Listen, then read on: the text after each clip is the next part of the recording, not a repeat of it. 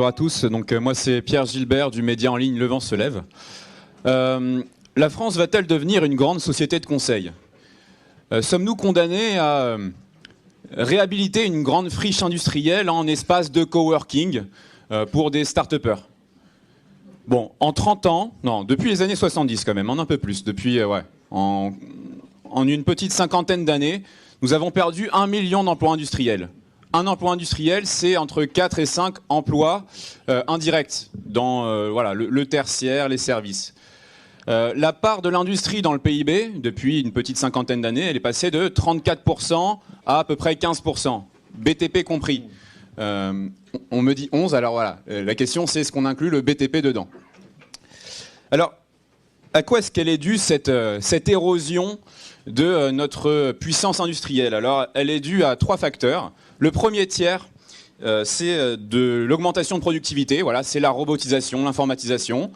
Le deuxième tiers, c'est ce qu'on appelle l'externalisation. C'est en fait le fait qu'avant, les grandes entreprises industrielles avaient leur cohorte de juristes, leur R&D interne, et que maintenant, ça a été, c'est devenu des prestataires qui fournissent ça. Donc, avant, c'était comptabilisé en tant qu'emploi industriel. Maintenant, ces bureaux de conseil sont du tertiaire. Et puis, le dernier tiers, voilà, c'est la mondialisation. Et c'est le point qui nous intéresse particulièrement aujourd'hui. Avec l'intégration européenne, avec l'euro fort, évidemment, c'est l'industrie de niche allemande qui a été particulièrement favorisée.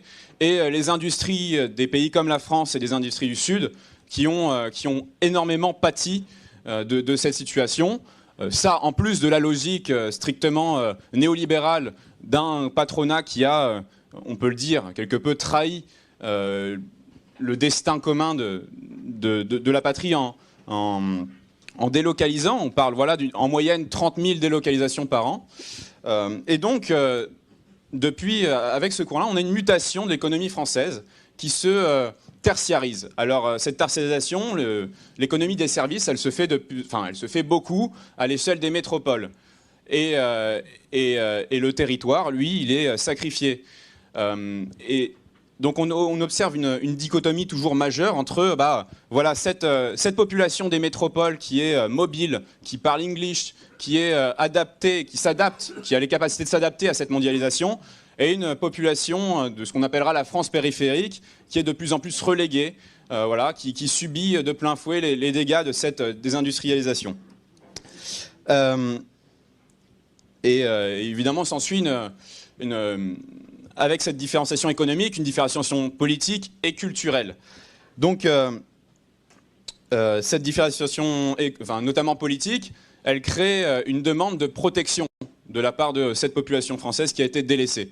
Et cette demande de protection-là, c'est beaucoup une demande d'un retour de l'État. Pourquoi ? Parce qu'en France, c'est l'État qui protège, c'est l'État social, c'est les services publics, c'est les allocations chômage, toutes les prestations sociales, et c'est aussi l'État planificateur d'une période que beaucoup de gens considèrent comme bénie, des années du plein emploi, de la planification industrielle, qui a permis une certaine sérénité sociale que de plus en plus de gens regrettent.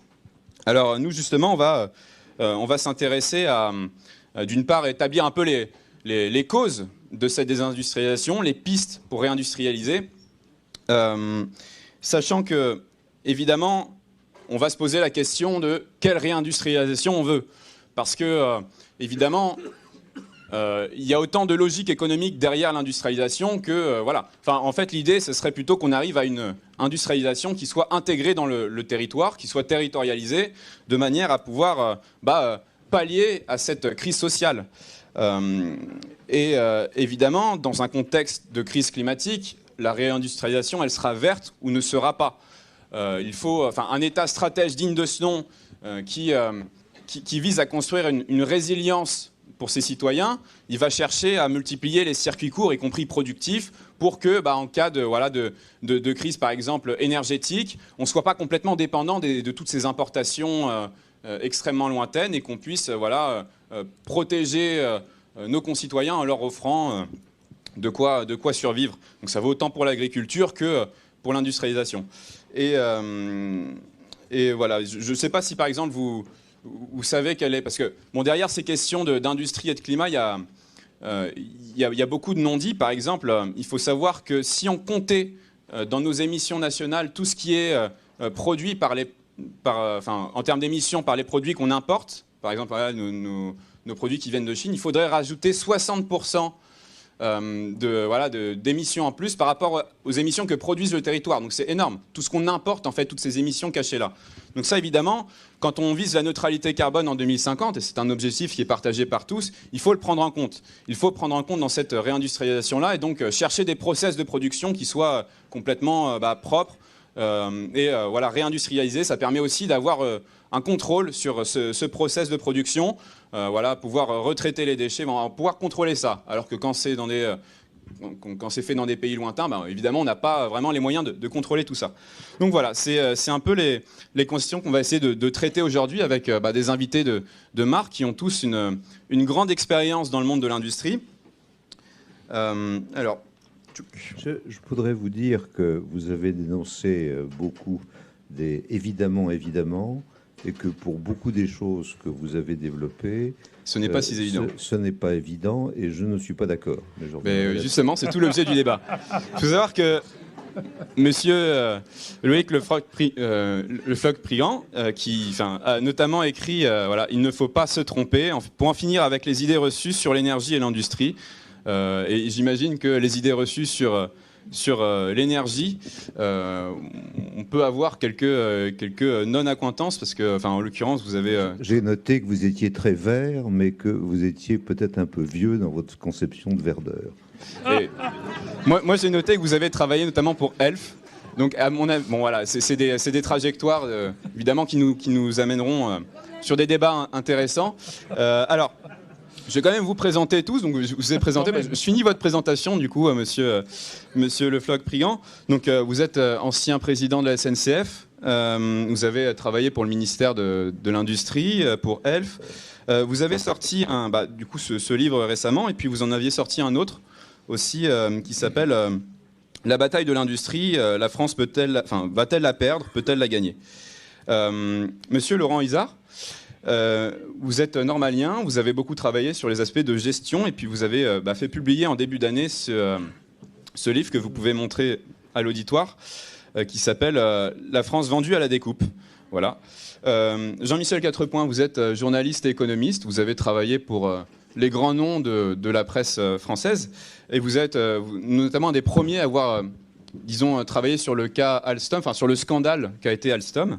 Et donc pour finir, Jean-Charles Hourcade, vous avez été ancien numéro 2 de Thomson, vous êtes passé par la direction de plusieurs grandes entreprises et vous avez aussi conseillé Jean-Luc Mélenchon sur les aspects industriels en 2017. Alors, on a beaucoup de choses à voir ensemble. J'aimerais peut-être qu'on commence par vous, Monsieur Izard. Donc dans votre livre « La France vendue à la découpe », vous dressiez un tableau de cette découpe. Est-ce que vous pourriez nous faire un bilan des dégâts de la désindustrialisation dans notre pays? Alors, merci de me donner la parole pour commencer ce débat. Je vais répondre à votre question, mais moi aussi, j'aimerais faire un tout petit correctif par rapport à ce qui a été dit. Je vous en prie, je suis volontairement provoque. Non, sur le phénomène de désindustrialisation, je crois qu'on a déjà perdu beaucoup plus. On a perdu beaucoup plus d'1 million d'emplois en réalité. Oui. Si on retient les chiffres de la fin des années 70 et si on les compare à aujourd'hui, on est plutôt plus près de 3 millions d'emplois perdus en réalité. Ce qui représente en réalité la moitié pratiquement des emplois industriels. Par contre, je suis d'accord avec votre chiffre sur les 11% du PIB. On n'entend pas? Voilà. C'est mieux comme ça? Voilà. Et non. Alors, je vais peut-être prendre votre micro. Voilà. Sur les 11% du PIB, oui, on était à peu près à un quart du PIB il y a 40 ans. On est à 11-12% maintenant. Il est intéressant de comparer ce chiffre avec celui de l'Allemagne. En Allemagne, et puis dans la plupart des pays nordiques, on est à plus de 25%. Vous voyez, voilà. Et on sait comment fonctionne plutôt bien l'économie allemande et l'économie des pays du Nord. Alors, il faut quand même relativiser ce terme, à mon sens, de désindustrialisation. Pourquoi? Parce que si on se reporte toujours pareil 40 ans en arrière, on se rend compte en réalité, on ne produit pas moins de produit fini. La valeur ajoutée a même augmenté, si vous voulez. Seulement, comme vous l'avez dit, c'est vrai qu'il y a le phénomène de substitution du capital au travail, et puis il y a la formidable explosion du secteur tertiaire qui fait que, relativement, le secteur de l'industrie a perdu une grande part de son importance. Voilà. Alors, à côté de cette évolution, il y a un deuxième mouvement que j'ai voulu un petit peu décrire dans mon livre, c'est celui de la perte de contrôle de notre patrimoine économique, et en particulier sur les grands groupes industriels. Si on regarde la composition du CAC 40 il y a 40 ans, et puis même il y a 10 ans, et celle d'aujourd'hui, on se rend compte que de nombreux grands groupes qui ont eu un rôle clé dans notre croissance économique pendant les 30 Glorieuses et après, ont soit disparu, soit ont été repris par des groupes étrangers, soit les deux. Voilà, successivement. Alors, ce qui est vrai pour les grands groupes industriels l'est aussi pour un certain nombre de groupes financiers, mais c'est aussi vrai pour les entreprises de taille intermédiaire, c'est aussi vrai pour les PME. On estime aujourd'hui, même si c'est très difficile de donner des chiffres fiables, mais on estime qu'une PME sur deux en France est plus ou moins affiliée à un grand groupe étranger. Donc, c'est quand même, on se rend compte que peu à peu, nous perdons la propriété de nos grandes entreprises, des moyennes et des petites. Et de ce fait, nous perdons un certain nombre d'avantages, notamment sur le contrôle de ces entreprises. Il y a une chose qui est certaine, c'est que plus une entreprise, un grand groupe est sous l'influence de capitaux étrangers, plus elle est exposée à des risques de délocalisation, de plans sociaux, de départ. Et on en a eu quelques exemples dans l'actualité récente des dernières années. Ce phénomène de désappropriation de notre économie ne concerne pas que les entreprises, ça concerne aussi notre patrimoine immobilier, également notre patrimoine foncier et agricole. En fait, on perd le contrôle totalement de notre patrimoine économique. Merci. Alors, je vous propose peut-être maintenant d'illustrer concrètement avec un exemple qui est celui d'Alstom. Jean-Michel Quatrepoint, vous êtes un des premiers à avoir du coup dénoncé via votre livre Alstom, un scandale d'État qui est paru en 2015, donc bien avant beaucoup d'autres. Donc oui, est-ce que vous pourriez nous parler d'Alstom ? Il faut rendre à César ce qui est à César. Le premier qui m'a alerté sur ce qui était en train de se passer sur Alstom, c'est Loïc. Et c'était au moment de la négociation entre avril et juin 2014. Bon, moi je ne vais pas vous parler seulement d'Alstom, je vais vous parler aussi d'Alcatel-Alstom. Parce que Alcatel-Alstom, c'était, pour les plus anciens d'entre vous, un des plus beaux fleurons de l'industrie française. Le capitalisme français avait au moins réussi ça. C'était le capitalisme monopolistique d'État, comme disaient les marxistes à l'époque. Mais au moins, on avait réussi à créer quelques grands groupes avec une idée, c'est que je développe le groupe sur le local pour ensuite aller au global. C'est-à-dire que ces groupes se développaient sur le marché français, avec l'aide de l'État français, indiscutablement, les commandes des entreprises publiques, les commandes de l'État, l'aide de l'État sur la R&D, mais ensuite on allait à l'exportation et on prenait des parts de marché à l'exportation. Ce qui explique que la France ait été un grand pays exportateur. Ça n'est plus le cas depuis un certain nombre d'années. Alors Alcatel-Alstom était un beau symbole parce qu'en matière de télécommunications, nous étions le numéro 1 mondial en début des années 90. On avait à peu près, Alstom avait 15% de la part du marché télécom mondial. Et sur ce qu'on appelait les centraux numériques, c'est-à-dire l'électronisation du téléphone, nous étions leader mondial. Alcatel-Alstom, c'était l'ancienne CGE, Compagnie Générale d'Électricité, nationalisée en 81 et privatisée en 86. L'aller-retour a indiscutablement pas fait beaucoup de bien à l'entreprise. Vous savez, ça crée des chocs culturels. Vous changez un système de management en 81, 5 ans après, vous le reprivatisez, vous rechangez, ça repose un problème de capital, etc. Je pense que ces allers-retours ont été néfastes à l'industrie française. On ne va pas refaire l'histoire, mais je pense que ça a été vraiment néfaste. L'autre branche d'Alcatel-Alstom, c'était l'énergie. Télécom, énergie, il y avait les chantiers de l'Atlantique, il y avait les câbles de Lyon, très important, il y avait aussi des piles. C'était un conglomérat. Et télécom, énergie, câbles, vous voyez que ce sont des industries de souveraineté. C'est-à-dire que les télécommunications sont une part intégrée de la souveraineté industrielle, la souveraineté nationale. De la même façon, l'énergie, c'est une part de la souveraineté nationale. Et l'énergie, on a bâti EDF et la filière nucléaire ensuite pour avoir l'autonomie énergétique, pour que la France soit indépendante pour la production d'électricité du pétrole. Hein, et le programme nucléaire a été lancé sur une grande échelle juste après le premier choc pétrolier, hein, pour échapper effectivement à la dépendance à l'égard du pétrole et de l'OPEP. Ça a été un succès. Indiscutablement, la filière nucléaire française a été un grand succès, comme la filière télécom était un grand succès. Et là-dessus, les années 90 arrivent, et je dirais que les années 90, ce sont les années horribilis du capitalisme français. Pourquoi ? Parce que nous sommes dans un monde où il n'y a plus d'ennemis. C'est Fukuyama, la fin de l'histoire, etc., et la victoire du capitalisme sur le communisme. Il n'y a plus qu'un seul système qui triomphe. Et effectivement, le capitalisme a triomphé du communisme. Pour une raison simple, c'est que le capitalisme a fabriqué des classes moyennes plus vite que le communisme. Le communisme en a très peu fabriqué, et en plus, il y avait les libertés formelles en plus. Donc, il n'y a pas eu photo. Le capitalisme triomphe, et il s'imagine qu'on est dans un seul monde, et à ce moment-là, les Américains décident de déréguler. Ils dérégulent dans les années 90 avec Reagan et Thatcher en Grande-Bretagne. Et la France se retrouve en porte-à-faux.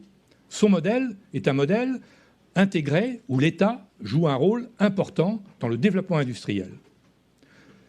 On explique, au nom du néolibéralisme, que ce n'est plus possible, qu'il faut casser les monopoles, notamment les monopoles publics, et que notamment ce qui faisait la force de la France, ces monopoles publics, en liaison avec ces industriels qui travaillaient avec les monopoles publics, mais il faut démanteler tout cela au nom de la libre concurrence. Et c'est là aussi que le projet européen change de nature, car on a changé de nature à partir des années 90. On élargit, et ça devient un grand marché ouvert à tous les vents. Et les élites françaises, il ne faut pas parler du patronat comme ça. Non, il y a des élites françaises, le patronat c'est multiple. Il y a des patrons de PME qui font ce qu'ils peuvent. Il y a des patrons de TI qui font ce qu'ils peuvent. Et il y a même des grands patrons qui sont des patriotes. C'est pas aussi simple et aussi caricatural. Bon. À partir de là, une partie de l'élite française rentre dans ce système de management et se dit oui, finalement, l'industrie, c'est fini. On va calquer notre modèle sur le modèle anglo-saxon, américain. C'est-à-dire, on va faire de la finance, on va faire du tourisme, on va faire des services. Et puis, l'industrie, finalement, on va les délocaliser effectivement dans le tiers-monde, parce que notamment ça pollue. C'est déjà à cette époque que des théories de délocaliser un certain nombre d'industries polluantes dans le tiers-monde ont pris. C'est Lawrence Summers, le premier, l'ancien secrétaire d'État américain au Trésor, chantre des démocrates, etc., qui était à la Banque mondiale à l'époque et qui avait théorisé cette délocalisation de l'industrie polluante dans le tiers-monde. Bon, je reviens à nos moutons, comme on dit. Nos élites décident effectivement de plus la peine d'avoir des industries. On va faire du fabless, de l'industrie sans usine. Et ça, c'est M. Tchuruk qui a été, quand même, il faut le reconnaître, une catastrophe pour l'industrie française et pour Alcatel-Alstom. Et dans ces années 90, on va déconstruire Alcatel-Alstom. Alstom, ils ont fait une première erreur, c'est de fusionner avec un Britannique qui s'appelait General Electric Company. Ça n'a rien à voir avec les Américains. Fusion, comme toujours, entre égaux, vous savez, on nous explique toujours les fusions entre égaux. En fait, cette fusion a mal marché, les Anglais n'ont pas joué le jeu. Ensuite, on a sorti d'Alcatel-Alstom Cegelec au cours d'une magnifique opération qui est un modèle du genre de LBO. Le LBO, c'est comment des managers s'enrichissent avec l'aide de fonds d'investissement et font la culbute à chaque fois. Donc on sort Cegelec, qui était la société d'ingénierie de l'ensemble d'Alcatel-Alstom. On la sort du pôle et on la privatise en quelque sorte au profit de ces managers, qui au passage iront chercher leur plus-value en délocalisant à Bruxelles. Ça, c'est une annexe. Ensuite, donc, on coupe en deux Alcatel-Alstom. Vous avez Alstom d'un côté qui garde quoi ? Le ferroviaire, l'énergie et les chantiers de l'Atlantique à l'époque. Et puis Alcatel. Et les dettes. Et les dettes, oui. Et les dettes, charger des dettes. Et puis Alcatel qui espère effectivement survivre tout seul sans usine. Et c'est là que Serge Tchuruk, qui n'avait pas très bien compris ce qui se passait sur l'électronique, et on rate le virage du smartphone. Et indiscutablement, c'est un virage très grave, et je pense qu'on en parlera peut-être tout à l'heure, que c'est malheureusement très difficile à remonter. Donc, Alcatel rate le virage du smartphone, et on arrive dans les années 2000, et là, comme les marchés sont durs, donc Alcatel, pour obtenir un marché au Costa Rica et au Honduras, arrose évidemment le président de la République en exercice, quelques cadres supérieurs, comme ça se pratiquait dans ces secteurs, et ils se font prendre la main dans le sac parce qu'il y a un changement de régime au Costa Rica, évidemment, et à ce moment-là, les Américains qui sont en train d'introduire leur extraterritorialité du droit, qui édictent des lois qui ont vocation à s'appliquer à l'ensemble du monde, comment, par le dollar et par les technologies numériques et informatiques, à partir de ce moment-là, on cible Alcatel. Alcatel est poussé, en fait, à fusionner avec un Américain qui s'appelle Lucent, ancêtre de AT&T, et qui a des laboratoires Baby Bells. Mais qu'est-ce qui intéresse les Américains dans Alcatel? Les brevets, les portefeuilles de brevets, et surtout l'élimination d'un concurrent. Car Alcatel était l'entreprise qui avait équipé Saddam Hussein. C'est Alcatel qui avait installé les systèmes de télécommunication en Irak dans les années 70. Je sais parce que j'avais été voir les premières installations. Bon. Et que lors de la première guerre du Golfe, effectivement, les armées de Saddam Hussein ont réussi à continuer de communiquer parce que les systèmes Alcatel étaient performants. Au moment de la deuxième guerre du Golfe, évidemment, tout ça a disparu et les Américains ont mis la main sur le marché irakien.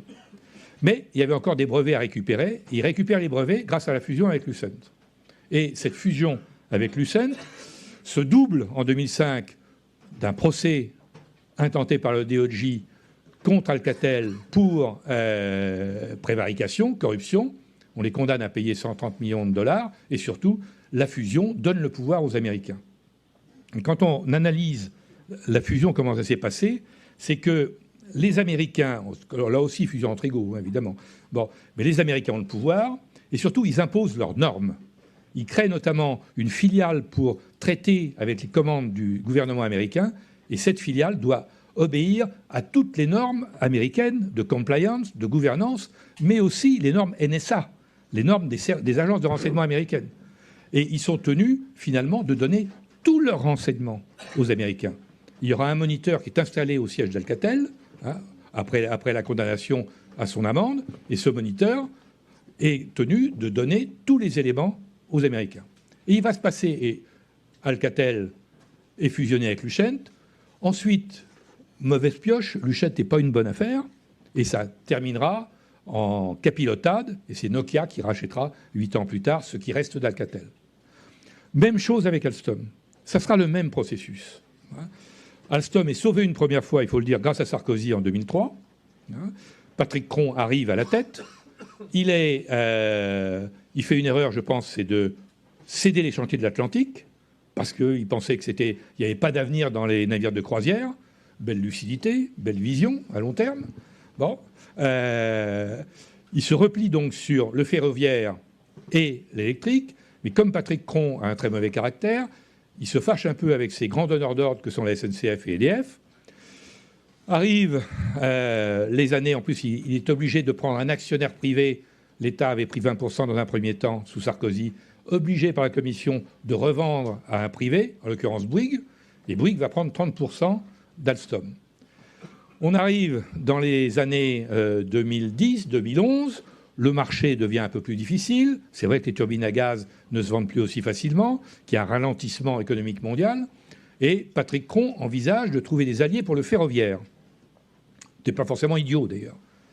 Et puis là-dessus, patatras, il y a une enquête du DOJ sur Alstom qui avait fait un pot de vin de quelques centaines de 100 millions de dollars à peu près pour un marché en Indonésie. Un petit marché, hein, c'était pas un gros marché. Pardon, pot de vin de 2 millions de dollars pour un marché d'un peu plus de 100 millions de dollars. Bon. Le DOJ est évidemment au courant, engage son action, commence à demander à Alstom de jouer le jeu, etc. Vous savez, quand le DOJ, les Américains ils chassent en meute. Hein. Vous avez 16 agences de renseignement, vous avez le DOJ, la SEC, etc., le Trésor américain, les procureurs de chaque État américain, et en plus, ils se partagent les amendes. Le système judiciaire américain vit sur les amendes. Hein. C'est un partage entre les différents agents. Quand on a payé 9 milliards de dollars, quand la BNP, et finalement les Français, ont payé 9 milliards de dollars d'amende aux États-Unis, ça s'est partagé entre le DOJ, la SEC et le Trésor américain. C'est-à-dire qu'on a subventionné, effectivement, les Américains. Donc, Patrick Cron, au début, ne prend pas au sérieux l'offensive, et il néglige l'offensive. Les Américains font monter la pression, Et un beau jour de 2013, ils arrêtent un cadre supérieur. 2013 ils arrêtent un cadre supérieur d'Alstom, qui est l'ancien responsable de la filiale aux États-Unis, Frédéric Pierucci. Je vous recommande son livre, d'ailleurs, Le piège américain, parce que c'est une descente à l'intérieur du système judiciaire et carcéral américain. Et il le chope à Kennedy Airport. Et là, le cycle commence. Vous allez dénoncer votre patron, vous allez dénoncer Alstom, vous allez plaider coupable, etc. Finalement, là, Patrick Cron se rend compte que l'affaire est sérieuse. Et l'affaire, c'est quoi? C'est que s'il veut s'en sortir, il faut qu'il vende la partie énergie de Alstom. À qui? À General Electric. Parce que General Electric était demandeur. Voilà. Et c'est effectivement ce qui va se passer. Alors ensuite, on habillera tout ça. On nous présentera encore une fois, d'ailleurs, l'opération comme un mariage entre égaux. Pas un mariage entre égaux. On a fourgué Alstom Power à General Electric. Hein. On a simplement habillé, fait un enfumage pour l'opinion publique française. Je dois dire que, dommage que Arnaud Montebourg ne soit pas là, parce que lui, il a été acteur direct de cette opération. Hein. Mais c'est vrai que c'est lui qui a quand même signé le document avec Jeffrey Immelt et Patrick Cron. Hein. Alors il a toujours un peu peur de venir quand on est là tous les deux, hein, en dehors de ce qui a été dit par ailleurs. Bon. Et donc, c'est un habillage. Hein. Et finalement, quelle est la vérité? C'est que General Electric a récupéré Alstom Power. En plus, ils ont été obligés de payer quand même l'amende, alors qu'on leur avait garanti que ce serait General Electric qui paierait. Non, le DOJ a exigé que ce soit ceux qui restaient d'Alstom qui payent, et ils ont payé 772 millions de dollars d'amende. Bon. Résultat, au fil de tout ça, c'est qu'aujourd'hui, on se retrouve avec ce qui reste de Alstom Power qui est réduit. Ils ont liquidé toute la partie hydraulique. Alstom était leader mondial sur l'hydraulique, sur les turbines hydrauliques. 50% de l'installation mondiale. Voilà. Hop, liquidé parce que ça n'intéresse pas de General Electric. Bon.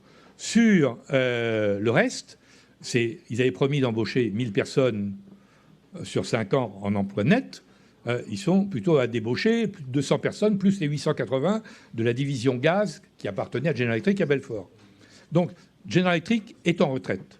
Car en plus, nous avons fourgué Alcatel à Lucent, Alstom Power à General Electric, qui sont de mauvais chevaux. Hein. Lucent, c'est une déconfiture, et General Electric va mal, parce que c'est un conglomérat qui a été mal géré. Ils ont fait des conneries sur la finance, sur GE Capital. Ils ont été sauvés une première fois par Obama, mais là, ils n'arriveront pas à se sauver. Ils ont un procès qui est tenté par la SEC, etc. Donc, ils sont en train de réduire la voilure partout. Et où on réduit la voilure?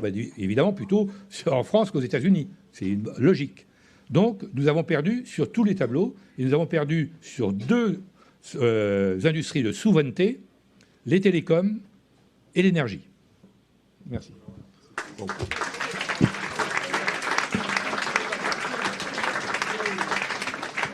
Merci d'avoir déroulé ce fil historique qui est édifiant. On va revenir un peu sur Alstom et notamment aussi sur le rôle d'Emmanuel Macron là-dedans. Mais avant, j'aimerais qu'on s'intéresse aussi à un autre secteur de l'industrie qui est un peu particulier, qui est ô combien central quand on parle de souveraineté, qui est celui de l'armement. Jean-Charles Hourcade, donc, vous avez eu l'occasion d'étudier beaucoup de ces entreprises de l'armement. Alors on a des fleurons, voilà, on a Thales, on a Dassault, on a Safran, mais on a aussi beaucoup perdu en France. Il fut un temps où l'armée française était autonome sur le plan du complexe militaro-industriel, de l'équipement. Est-ce que vous pouvez nous dresser le bilan de l'industrie de l'armement française aujourd'hui et quelles sont ses perspectives? Oui, merci. Alors, je ne vais peut-être pas me concentrer sur l'industrie de défense, mais je vais effectivement répondre à ta question. Et peut-être commencer par rebondir sur l'exposé qu'a fait Jean-Michel Quatrepoint, qui était effectivement cette fresque historique qui nous a conduits là où nous sommes aujourd'hui. C'est une fresque historique qui, au-delà de l'exemple typique et totalement systémique, catastrophique qui a été le naufrage d'Alcatel-Alstom, qui se reproduit un peu partout et qui arrive effectivement à cette perte de 3 millions d'emplois, à cette division par 2 du poids de l'industrie, au fait que l'industrie en France était exportatrice nette dans les années 90 et qu'aujourd'hui, on a une balance commerciale qui est déficitaire de 62 milliards d'euros par an. hein. Et quand on vise à recouvrer la souveraineté de la République française, ça pèse. Ça a quand même été plus facile à Islande de recouvrer son indépendance par rapport au marché financier après la crise de 2008 qu'à la Grèce. Hein, quand on a une balance commerciale catastrophique, effectivement, ben c'est plus difficile. Donc on a été en train sur les 20 dernières années de liquider notre capacité, hein, ou de fortement réduire notre capacité à recouvrer notre indépendance en tant que nation. Bon. Alors quand je reprends le fil qu'a déroulé fort justement Jean-Michel Quatrepoint, je me suis demandé, ok, quels sont les marqueurs là-dedans qui viennent donner des clés sur pourquoi ça s'est passé comme ça. Moi, j'en ai retenu finalement deux, d'espèces de macro-marqueurs qu'on peut décliner en plein de sous-marqueurs ensuite. Le premier, c'est une vieille tendance historique du système français, du capitalisme français, de privilégier la finance à l'industrie. Bon. Et ça, c'est pas nouveau. Ça date des années 30, ça a été dénoncé depuis très longtemps, etc. Et on l'a vu, on le voit dans l'aventure Alcatel-Alstom, notamment quand la décision a été prise dans les années 90, que tu soulignais très bien, de liquider la Compagnie Générale d'Électricité, c'est-à-dire de liquider le conglomérat. En fait, on a liquidé les conglomérats en France. Alors un conglomérat, ça fait lourd, ça fait un gros machin, etc. C'est pas sexy. C'est l'antithèse des startups et du coworking. Bon. Mais c'est quoi les autres conglomérats dans le monde? Ben, aux US, ça s'appelle General Electric. C'est un conglomérat. On peut le critiquer, c'est des ennemis, c'est une machine de guerre qui aujourd'hui se tire contre nous. Hein. Mais bon, d'un point de vue strictement national américain, c'est un fleuron. En Allemagne, ça s'appelle Siemens, qui est en train d'essayer de mettre la main sur les... Pareil. Bon. Et dans le monde, c'est quoi les conglomérats?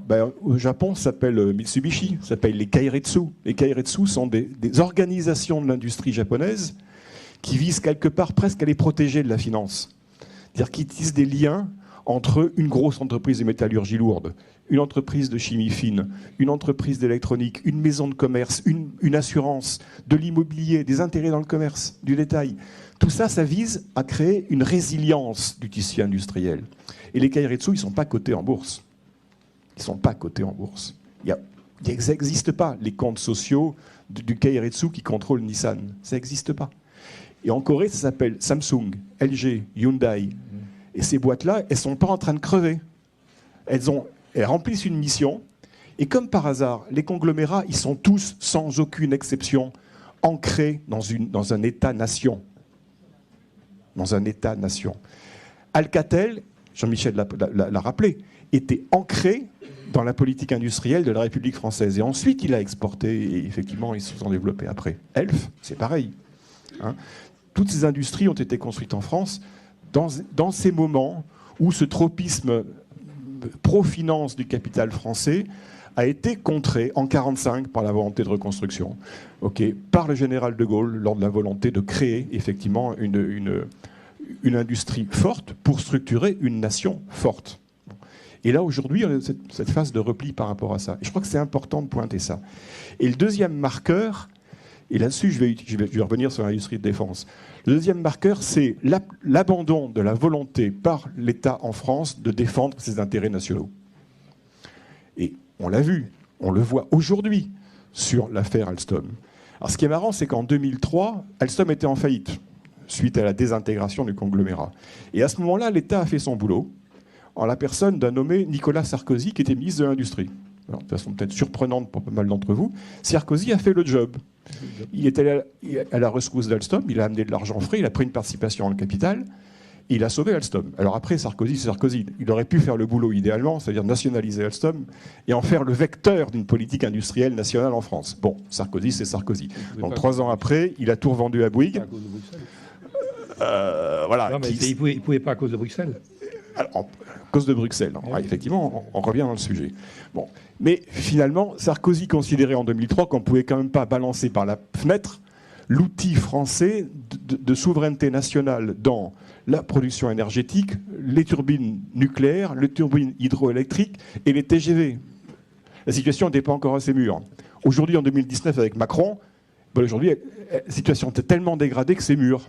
Effectivement, on peut considérer que ce n'est pas grave que de balancer des outils industriels forgés par des décennies d'investissement par-dessus bord. Donc, abandon de cette volonté de défense de l'industrie nationale. Dans l'industrie de défense, ça se joue de façon tout à fait étonnante. L'ensemble de l'industrie de l'armement terrestre, c'est pas très glamour non plus, c'est les chars, etc. C'était l'ancien JAT, c'est devenu Nexter. On a fusionné ça avec la famille Wegmann, qui produisait les chars Léopold, concurrents directs, en gros, de l'armée allemande.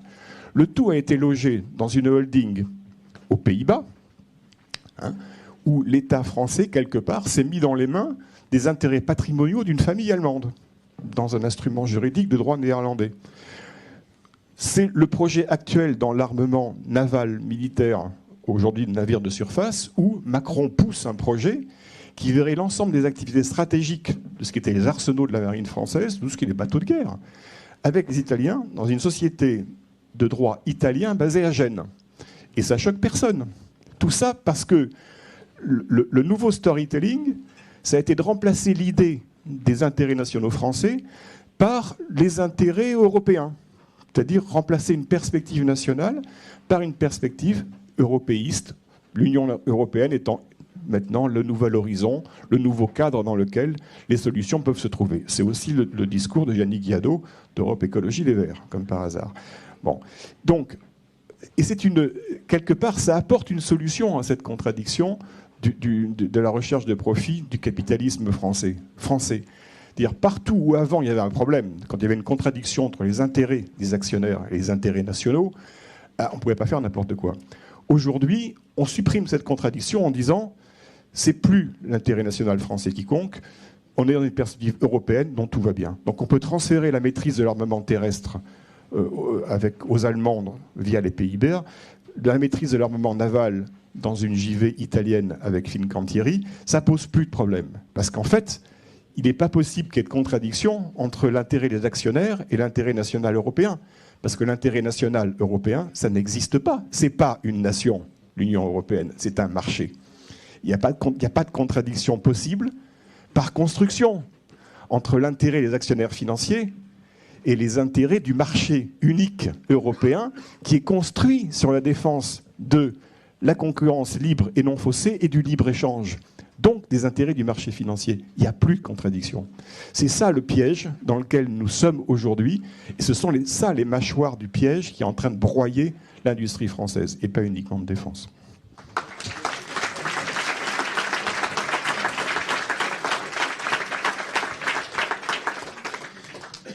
Messieurs Floch-Prigent, alors bon, déjà je vous enjoins à peut-être dire ce que vous pensez un peu de tout ce qui a été dit, parce qu'on a quand même abordé beaucoup de sujets, et puis surtout à développer les pistes en fait qui nous, selon vous, nous permettraient de réindustrialiser notre pays. Donc, évidemment, secteur stratégique en tête, et la réindustrialiser de manière, si possible, écologique. Ça, c'est votre problème, mon ami. Mais vous allez être à contradiction, vous allez voir, parce que vous avez bien entendu M. Ourcade. Et si jamais vous avez un objectif national et un objectif supranational, et vous considérez que c'est l'objectif supranational qui doit être supérieur à l'objectif national, vous êtes coincé, c'est-à-dire vous importez le matériel chinois. Si c'est ça votre ambition, vous êtes tranquille. Bien, alors...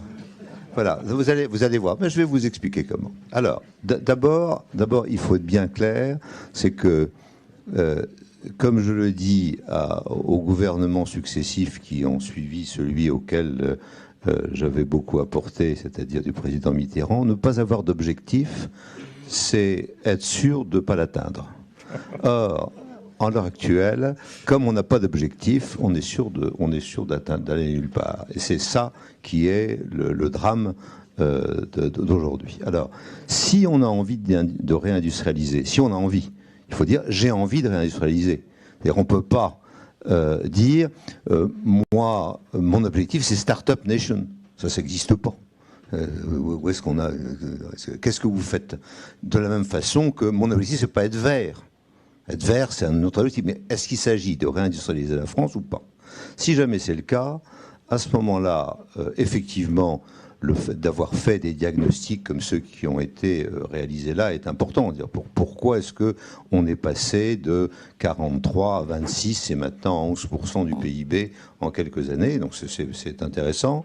Et à ce moment-là, on liste encore, au-delà de ce qui a été dit, beaucoup de choses. C'est-à-dire qu'on n'a pas forcément fait ce qu'il fallait en faisant les 35 heures. On n'a pas forcément ce qu'il fallait en prenant comme ambition d'avoir un bac général et en considérant que les apprentis étaient tous des cons. C'est pas forcément qu'on a fait de mieux.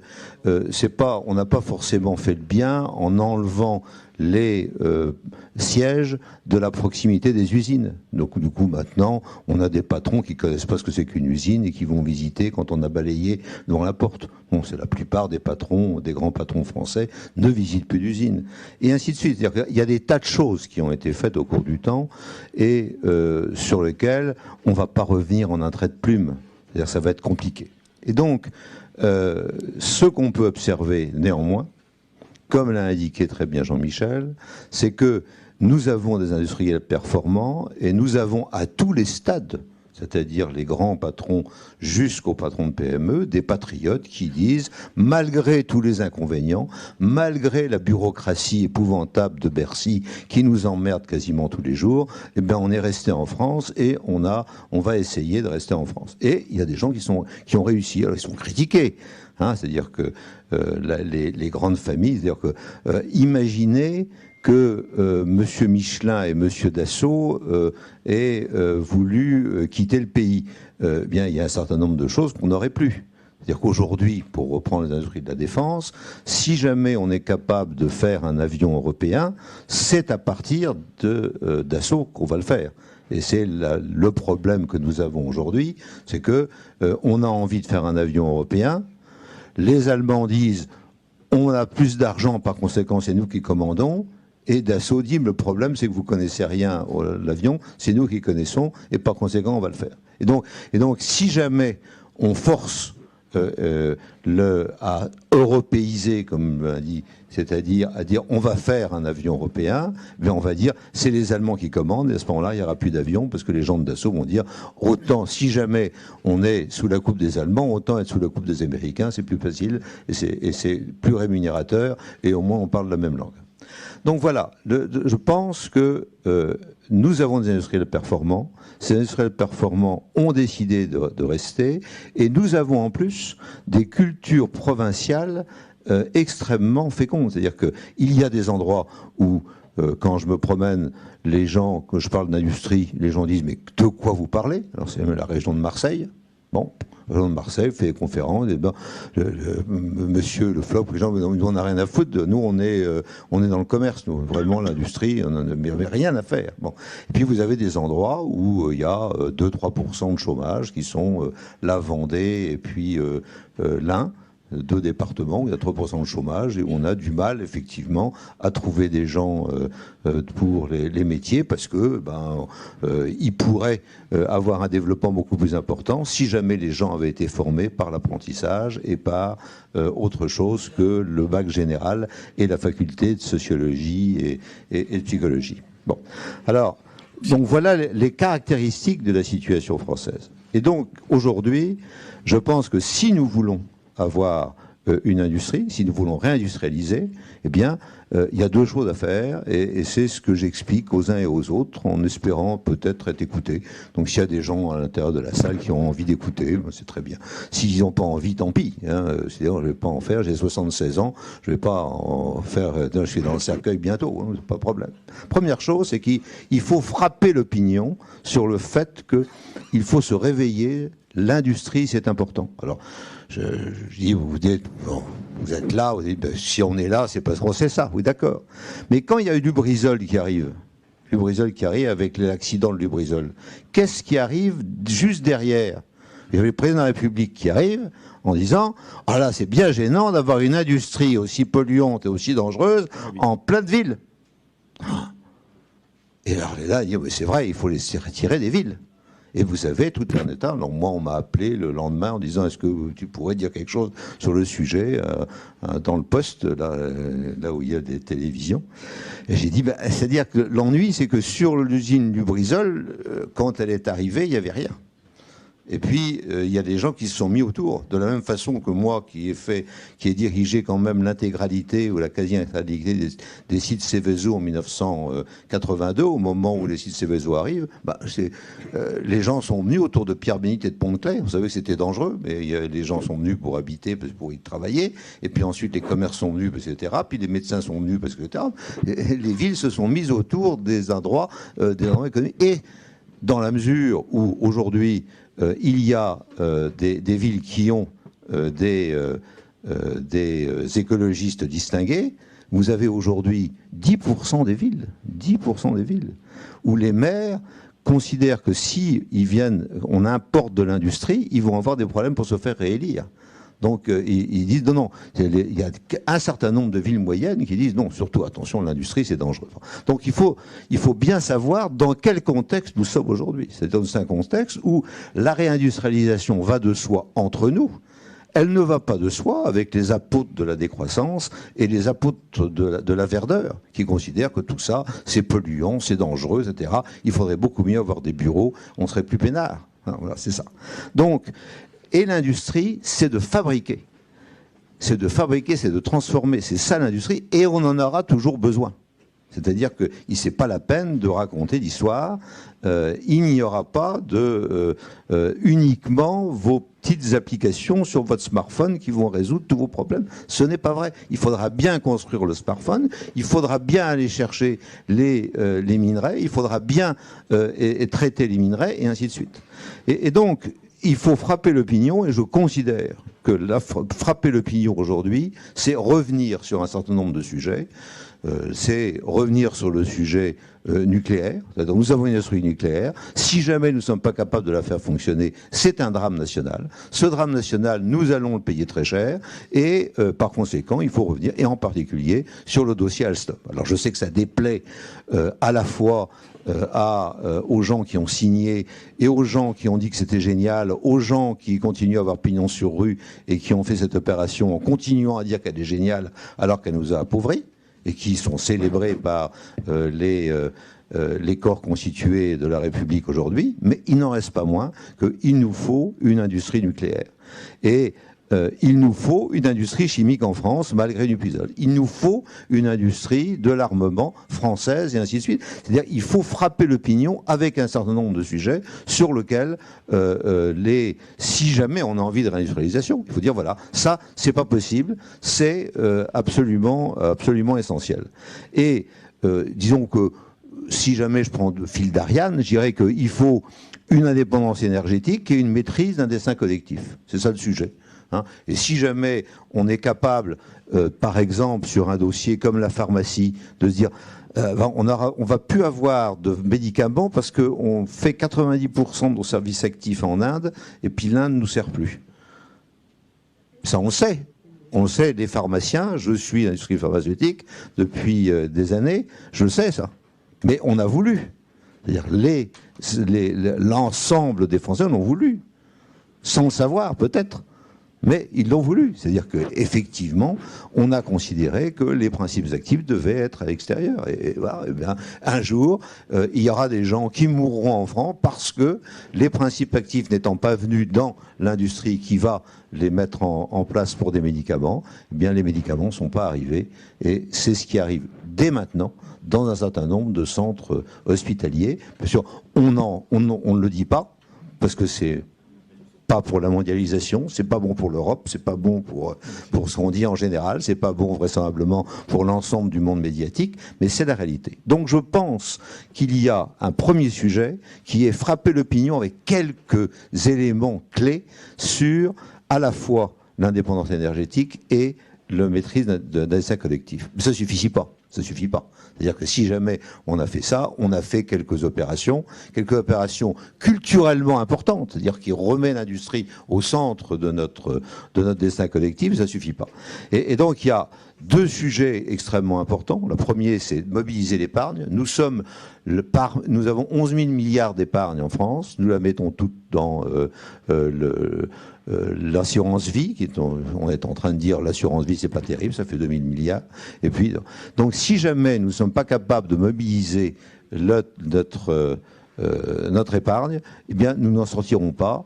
Et nous ne sommes pas en train de prendre la dimension de ce problème aujourd'hui, c'est-à-dire que nous ne faisons pas ce qu'il faut dans la fiscalité, nous ne faisons pas ce qu'il faut sur la maîtrise des dépenses publiques, et donc on essaie au contraire de diminuer la rentabilité des entreprises en les pressurant toujours plus.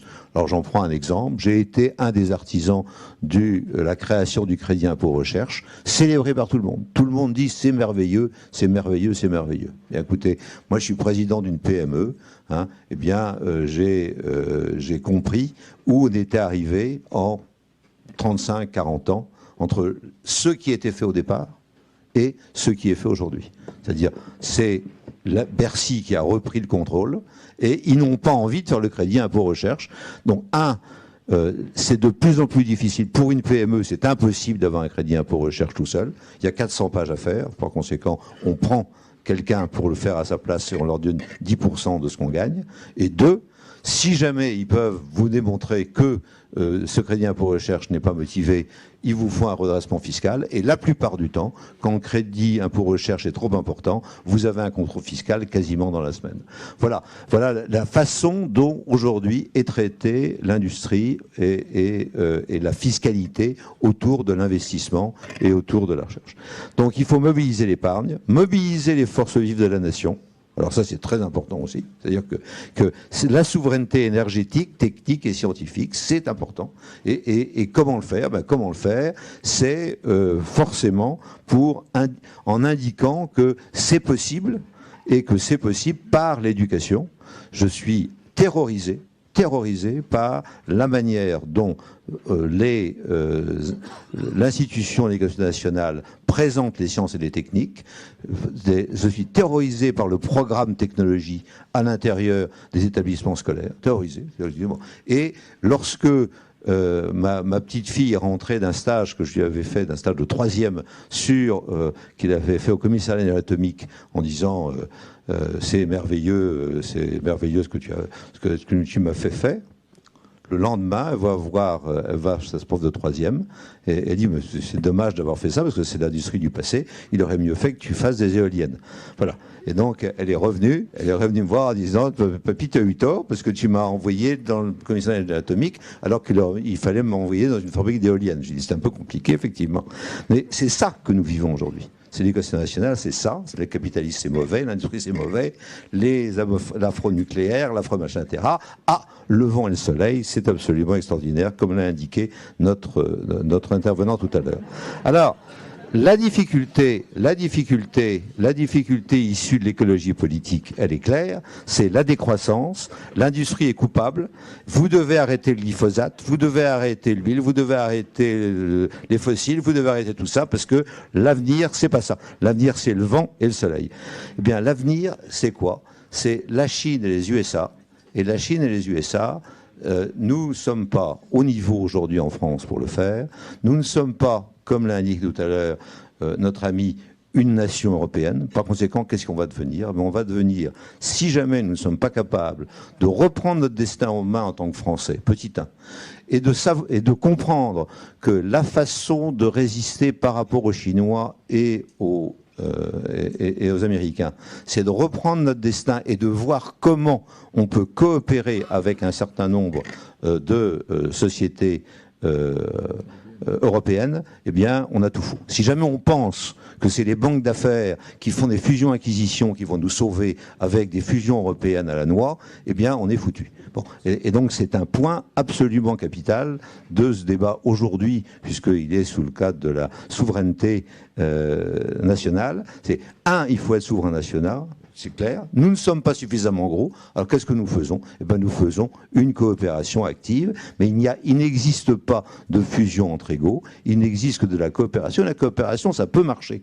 Ça peut marcher si on a envie que ça marche. Et dans le domaine naval, en particulier, je considère que si jamais on avait voulu bâtir non pas une coopération entre sur les sujets que je connais, qui ne sont pas des sujets essentiellement militaires. Je n'ai jamais été très militaire, très militariste. Mais les sujets civils, le clair, c'était qu'il fallait faire une coopération entre les chantiers de l'Atlantique et les Pays-Bas qui y étaient prêts. Et les Pays-Bas sont une nation navale absolument essentielle. Et ce n'était pas la peine d'aller chercher les mafiosi de Fincantieri pour s'en sortir, puisque le problème de Fincantieri, c'est quand même que derrière, il y a la mafia. Entre autres, hein, et c'est quand même pas terrible d'allier. Quoi? C'est la fondation de Trieste. Voilà. Alors, le dernier point toujours, c'est Chine-USA. Qu'est-ce qu'on fait? Sur l'industrie telle que je la définis, je dis il faut qu'on ait des champions nationaux et il faut que ces champions nationaux ne soient pas. Et alors on en est sauvé par Madame Vestager qui dit il faut surtout pas de champions européens. Moi je suis d'accord. Il faut des champions nationaux et ensuite des alliances avec le. Pour une fois que je suis d'accord avec la Commission européenne, vous me mettez.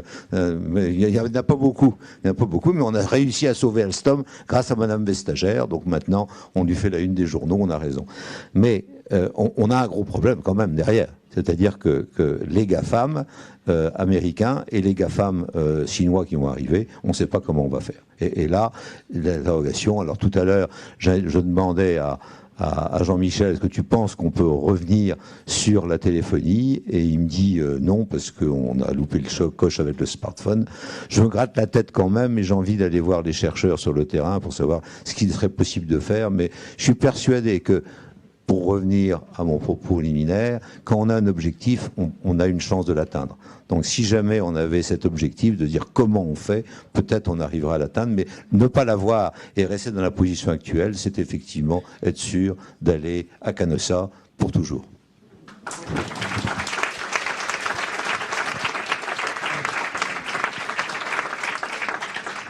Bon, on commence à accumuler beaucoup de matière dans ce débat et vous avez évoqué plusieurs pistes, mais il y a un mot que vous n'avez pas prononcé, qui est celui de protectionnisme, et que vous, Monsieur Hourcade, vous aviez souligné dans la bonne santé des conglomérats, notamment japonais, américains. Vous aviez dit que voilà, derrière il y a des États-nations pour appuyer, alors tant avec l'outil judiciaire qu'avec une politique qu'on peut qualifier de protectionniste.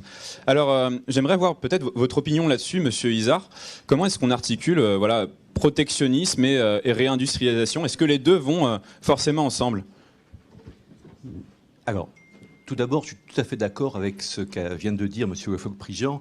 Il faut réindustrialiser, il faut qu'on ait envie de le faire. Ça, c'est une première chose.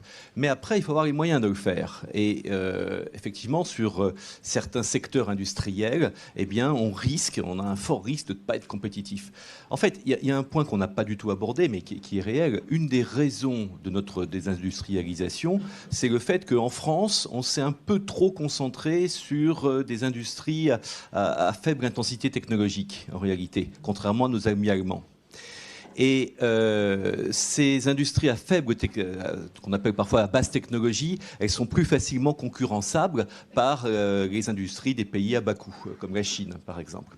Alors, du coup, sur un certain nombre de secteurs, moi, je ne crois pas possible que l'on puisse concevoir un plan, enfin, des possibilités de réindustrialisation sans un protectionnisme mesuré. Voilà. Mesuré parce qu'on connaît, la théorie économique connaît très bien tous les effets pervers du protectionnisme. Et puis, on est quand même dans un cadre, qu'on le veuille ou non, européen, mondial, juridique, qui ne permet pas de faire n'importe quoi. Ceci dit, je pense que sur certains points donnés, on a une marge de manœuvre qui permettrait de protéger nos industries et qui permettrait peut-être d'amorcer un processus de réindustrialisation. Voilà. Il y a un autre point, je crois, qui est important, sur lequel je voudrais insister. On a beaucoup parlé d'Alstom. Alstom, on ne l'a peut-être pas dit suffisamment, c'est aussi notre indépendance militaire. C'est l'entretien de nos navires. Et Alstom, ça nous permet de proposer au monde entier, avec les turbines, une offre complète au niveau du nucléaire. Voilà. Et ça, on ne peut plus le faire. Et ça, c'est dramatique. Voilà. Oui, mais il y avait déjà ces thermodines qui fournissaient l'essentiel des turbines des nucléaires sur nos navires sous-marins. Et Thermodine, c'était déjà le General Electric, puisqu'il avait racheté Thermodine il y a 30 ans. Une partie, effectivement. Mais on avait comme la capacité de le faire avec Alstom. Je ne dis pas qu'on fournissait toutes nos sous-marins. Le problème de fond avec les opérations comme General Electric, c'est ensuite pour l'exportation. Actuellement, l'usine de Belfort qui produit les turbines Arabelle, qui équipe les centrales nucléaires, exporte des centrales nucléaires, des turbines, grâce à un accord avec Rosatom. Rosatom, le fabricant russe, est le numéro 1 mondial maintenant dans le nucléaire. Et ils exportent dans le monde entier. Et effectivement, sur un certain nombre de contrats, il y avait un accord de coopération, joint venture. Donc Rosatom en Turquie, en Égypte, etc. Ils ont eu des contrats. Et non, l'Inde, c'est avec EDF, je crois. C'est EDF qui est en négociation sur l'Inde. Mais ils ont eu des contrats et ils vont équiper avec des turbines Arabelle. Une turbine Arabelle, c'est 350 millions de dollars, hein, plus tout ce qui tourne autour. Le risque, c'est que progressivement, General Electric itarise les turbines Arabelle. Je m'explique. Vous avez un système qui s'appelle ITAR, c'est-à-dire que les Américains s'arrogent le droit de décider que tel composant qui est d'origine américaine et qui est intégré dans des matériels fabriqués ailleurs, eh bien, les Américains peuvent interdire l'exportation de ces matériels. Ou en tout cas, il faut au moins leur demander l'autorisation. C'est le cas pour les Rafales. Les Rafales comportent quelques composants d'origine américaine et Dassault a été obligé de demander l'autorisation des Américains pour pouvoir avoir le contrat, non seulement en Égypte, mais sur l'Inde. Bon. Donc, ITAR est très vicieux parce que vous avez une liste des composants qui sont soumis à autorisation, mais cette liste, elle est à géométrie variable. C'est-à-dire que les Américains peuvent décider du jour au lendemain de changer. Donc vous pouvez désitariser certains composants, et là, hop, ils vous en réitarisent d'autres.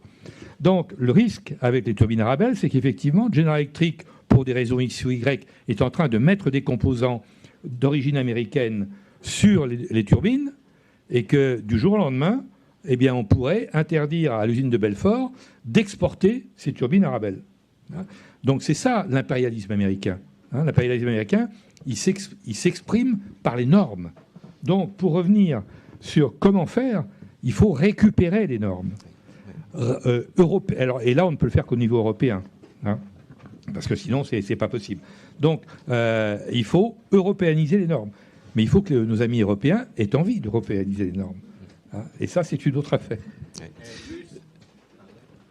Juste un petit complément. Pour avoir parlé récemment avec Frédéric Pierucci, il est persuadé que l'affaire n'est pas close, hein, qu'on peut revenir sur la cession d'Alstom, en réalité. General Electric, vous l'avez dit, ne se porte pas bien en ce moment.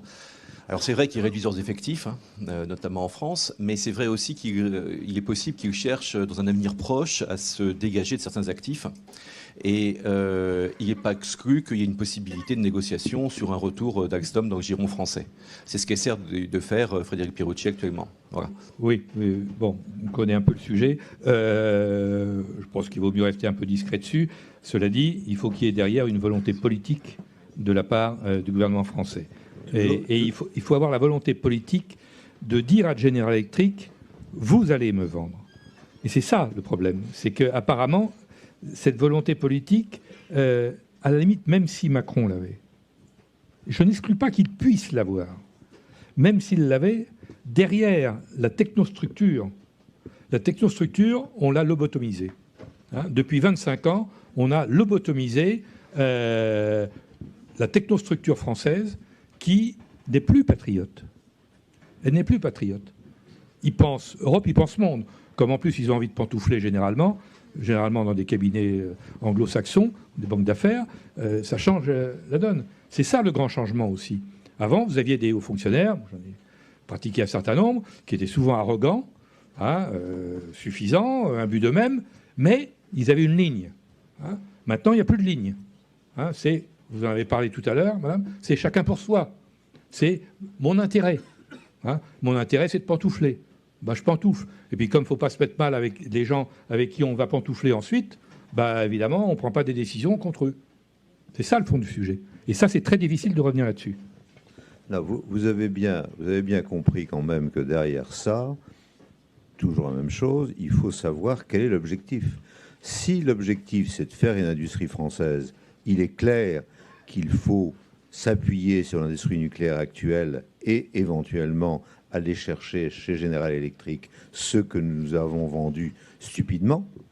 Mais si jamais nous voulons l'industrie nucléaire, nous ne pouvons pas en même temps dire, lorsque le président d'EDF déclare qu'il veut regarder à l'avant ce que va être le programme nucléaire français, immédiatement avoir le ministre de l'écologie qui dit « Moi, j'ai envie de voir comment c'est 100% en énergie renouvelable ». C'est pas possible.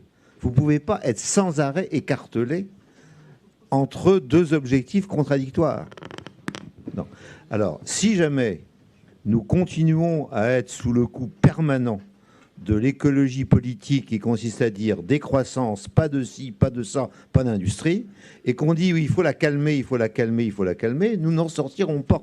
L'objectif, si c'est d'industrialiser, ce n'est pas de décroître, c'est de faire en sorte que la France ait une industrie. Ce n'est pas de faire en sorte que nous achetions les éoliennes et les panneaux solaires aux Chinois. C'est pas ça l'objectif. Les Danois qui achètent une partie aux Chinois. C'est pour ça. C'est les Chinois qui vendent. Ensuite, Vestas achète aux Chinois et Vestas revend en France. Donc, les Danois prennent un peu de marge. C'est ça que tu veux dire.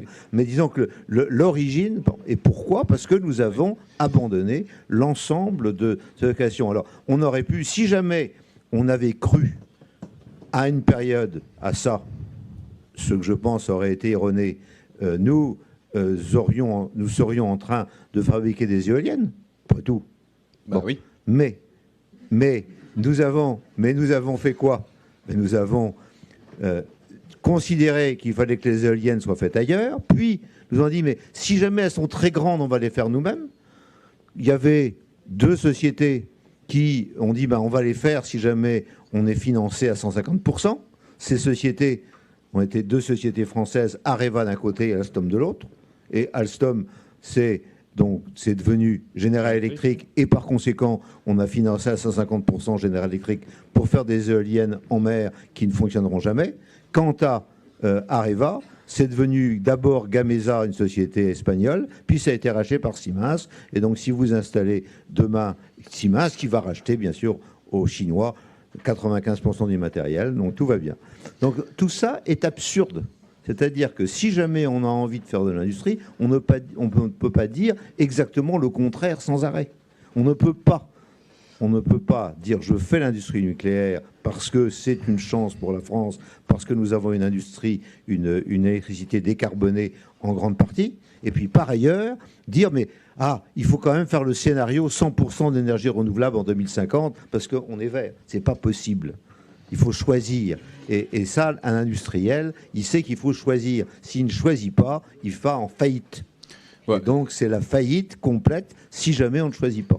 Ça pose la question de à quel point une planification, une transition écologique, ça se planifie, et quid de la nationalisation de certains secteurs stratégiques pour cette transition écologique. Mais je voudrais pas qu'on... Mais monsieur, si jamais je vous ai repris tout à l'heure, c'est que nous sommes toujours en transition. Un industriel est complètement en transition tout le temps.